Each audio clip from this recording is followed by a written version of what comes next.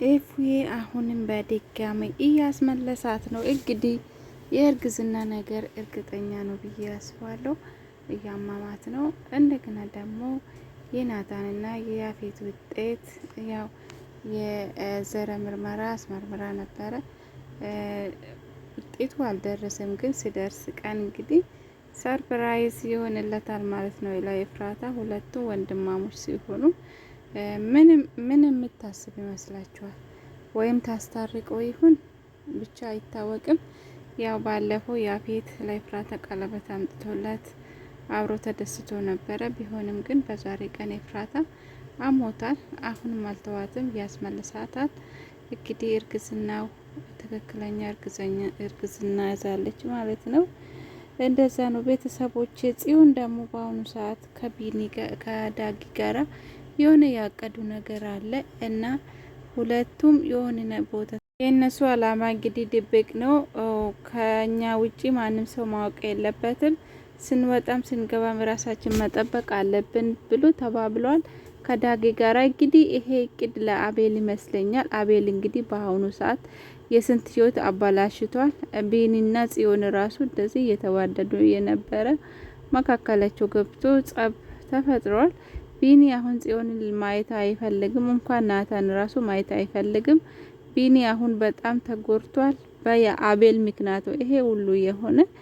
እንደገና ደግሞ ያው ቪዲዮ እጁ ስላለው ኤፍራታን እያስፈራራት ነው።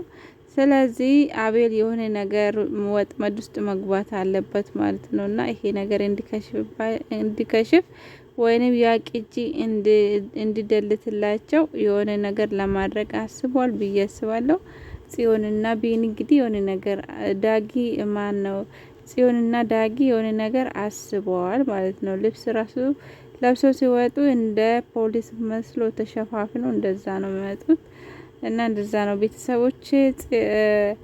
ናታን ደግሞ በዛሬ ቀን ሉሊት ላይፍ ጮኸባት። ምክንያቱም ማን ነው እንደዚህ ያደረገሽ? ምንድነው የተፈጠረሽ? አሁኑ ተናገሪ ብሎ እያስገደዳት ነበረ። እሷ ግን በጣም ጨካኝ ናትና አይሆንም ብላ አልተናገረችም። ምንም አልሆንኩም ውሻ ነው የነከሰኝ ብላ ዋሸችው ማለት ነው። ብቻ እንደዛ ነው ቤተሰቦቼ። ሉሊት እንግዲህ በዛሬ ቀንም ድጋሜ ያፌት ጠርቶታል። እንግዲህ በመጥፎ ነገር እንዳይጠብቃት ነው የፈራው። በአሁኑ ሰዓት እንዳይጎዳት ብዬ ፈራለሁ። ግን ቁስላ ምንም አልተሻላትም። አሁንም ቁስላ ምንም የባሴ እንደውም ያመኛል እያለች መከራውን እየበላች ነው። ምንም በቃ በጣም ችግር ውስጥ ነው ያለችው። አሁን ሉሊት ወይ ሕክምና አላገኘችም ወይ ምንም አላገኘችም። በጣም ከባድ ነገር ውስጥ ነው ያለችው። እንደገና ደግሞ በዛሬ ቀን እንግዲህ ገኒ አልቅሳለች። ለመናገር ፈልጋ መናገር አትችልም። ቢሆንም ግን በቃ ልጇን ስታይ አለቀሰችው። ገኒ ድና እንደ ድሮ ስታወራ ማየት ነው ናፈቀኝ። ገኒ ማለት ለሁሉም ሰው አዋቂ እናት እንደዛ ነበረች። ግን የማይሆን ነገር ገጥሞታል። እድሜ ለሉሊት። ሉሊት እንግዲህ እሷም ያው ናት። ዞሮ ዞሮ እሷም በአፍ መናገር ብትችልም የእሷ እጅም ጥሩ ሁኔታ ላይ የለችም። ሁለቱም አንድ ሆኗል ማለት ነው እና እንደዛ ነው። ሌላ ደግሞ ኤፍራታ ዛሬ ስትታመም ያፌት እንክብካቤ አድርጎለታል። እሷ ግን ሐኪም ቤት አልሄድም ብላ እምቢ ብላለች። ሐኪም ቤት ብትሄድ እንኳን ስለ እርግዝናም ይፋ ይወጣ ነበረ። እንደገና ደግሞ ስራ አስገባሻለሁ እያላት ነው። ለቤዛስ ደውላ ስጠይቅ ግን ቤዛ ፈራችላት። እንግዲህ የሆነ ነገር ወጥመድ ውስጥ እንዳያስገባሽ እህቴ ተጠንቀቂ እያለቻት ነው። እውነት ነው፣ መጠንቀቁ አይከፋም። ምክንያቱም ያፌት ማለት በየትኛው በኩል እንደሚመጣ አይታወቅም። እሱ ያቀደ ነገር ከባድ ነው። እውነት አላት። ቤዛ መፍራቱ ጥሩ ነው እና ኤፍራታ እዛ ቤት መኖሩ በጣም ከባድ ነው ለኤፍራታ። የፈለገችን ማድረግ አትችልም እና ከባድ ሁኔታ ውስጥ ነው ያለችው ማለት ነው። ደግሞ ያረገዘችው ለናታን ስለሆነ ከያፌት ጋራ መኖር አልነበረባትም።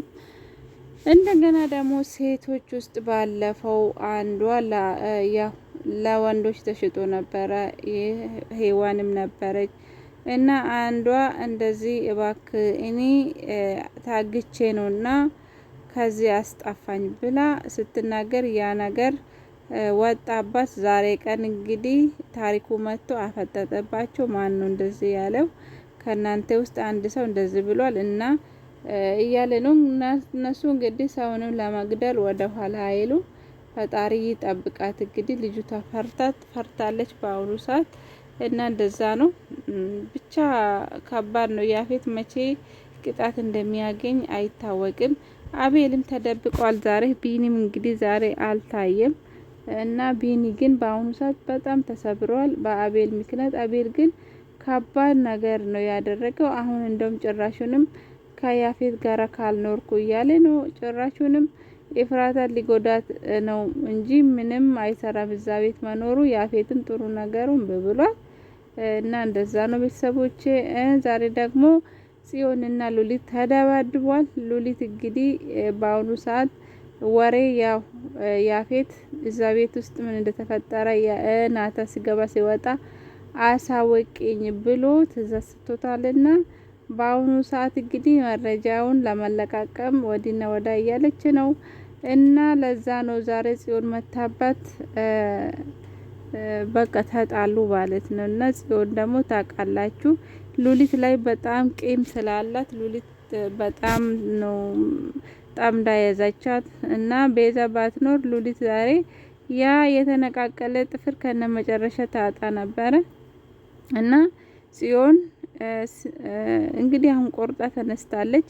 ከፍቷት ነበረ ዛሬ እንግዲህ ናታን መቶ ካበረታታት በኋላ ከዳጊ ጋር እንግዲህ ይሄ እቅድ ውስጥ ገብተዋል። ይሄ እቅድ እንደምሳካላቸው ተስፋ አለኝ። እንግዲህ አቤል ከህይወታቸው ቢያስወጡ ጥሩ ነው። አቤል የብዙ ህይወት አበላሽቷል።